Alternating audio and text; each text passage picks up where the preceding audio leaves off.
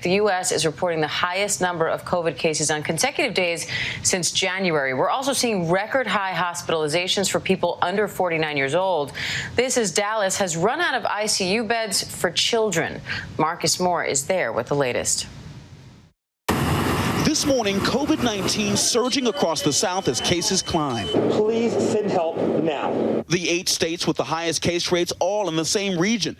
In Houston, nearly 600 patients waiting for hospital beds, 87 of them ICU beds. Nationwide, more than 140,000 new COVID cases reported Friday and Saturday, the highest on consecutive days since January. Hospitals now feeling the pressure from the fast-moving surge. In Dallas, we have 0 ICU beds left for children. That means if your child's in a car wreck, if your child has a congenital heart defect or something, needs an ICU bed, or more likely if they have COVID, need an ICU bed, we don't have one. Your child will wait for another child to die. Texas is now treating more hospitalized patients than the peak of last year's summer outbreak. Jessica Gonzalez's 9-year-old son, Francisco, is one of them. I was really scared, to be honest. He wasn't responding to the oxygen and to the medications that they were giving him. A sign of hope this morning. Booster shots for the immunocompromised officially rolling out, authorized by the FDA. Michigan resident Marianne Massard, who takes medication that weakens her immune system, among the first to receive the shot. I was waiting, just waiting to pull the trigger. I was ready to go today, and I did.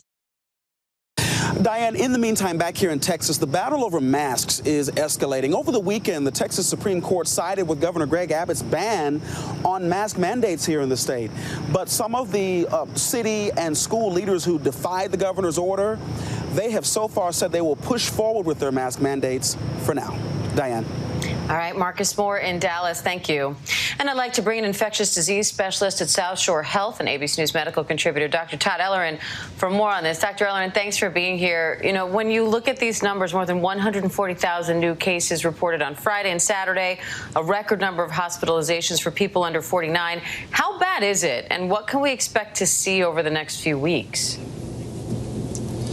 This is sobering, Diane. I mean, we know what to do. We know how to get control of this epidemic in the U.S., but we're not doing it. And we are in the middle of summer. So it makes you think we only have to jump a few more months and winter's here. Millions of people unvaccinated, the most contagious variant surging. So, you know, we just have to do the things that we keep saying to the public and hoping that people will listen and do the right thing. Now, the FDA has authorized booster shots for the immunocompromised. So how do people know if they qualify, and how do they get the shot if they do? Right. So the CDC did give a broad guidance for immunocompromised people. They said moderate to severe. So that is a large number. And I do think that this is the group of people that, you know, when you respond to that first prime dose, that first dose, and even the second dose, you may not get as robust an immune response as we might. So I think it's important that people talk to their providers. And I would set the bar low. We want a lot of immunocompromised people getting that booster because we want more robust antibodies as we move into the cooler seasons, knowing that the Delta variant is still going to be there. Now, how concerned should vaccinated people be about getting infected with the Delta variant? And should people be more worried if they got J&J shots versus the Pfizer or Moderna?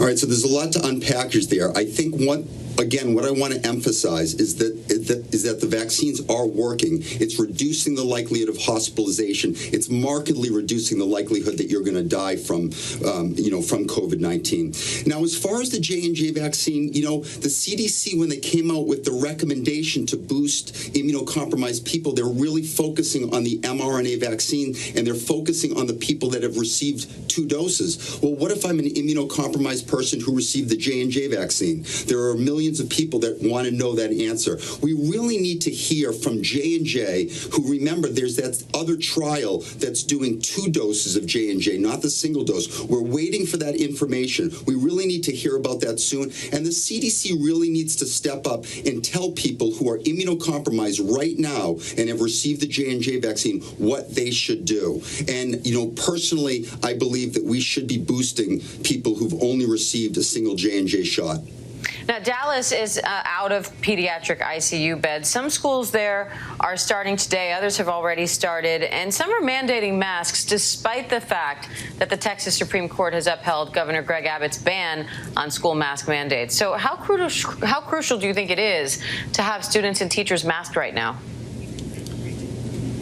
We cannot let politics corrupt an effective public health response. And that's what we're seeing here. We know, even before vaccination, we know that masking, universal masking in schools reduces the number of transmissions. We need masking now in schools more than ever because we have a much more contagious variant. And we know, by the way, that the majority of students who go back to school are unvaccinated because under 12, there's no recommendation right now for that. And we still know that only the minority of kids 12 to 17 have actually received the vaccine. We need universal masking in schools, whether there's a mandate or not. All right, Dr. Todd Ellerin, always great to talk to you. Thank you. You too, Dan. Hi, everyone. George Stephanopoulos here. Thanks for checking out the ABC News YouTube channel. If you'd like to get more videos, show highlights, and watch live event coverage, click on the right over here to subscribe to our channel. And don't forget to download the ABC News app for breaking news alerts. Thanks for watching.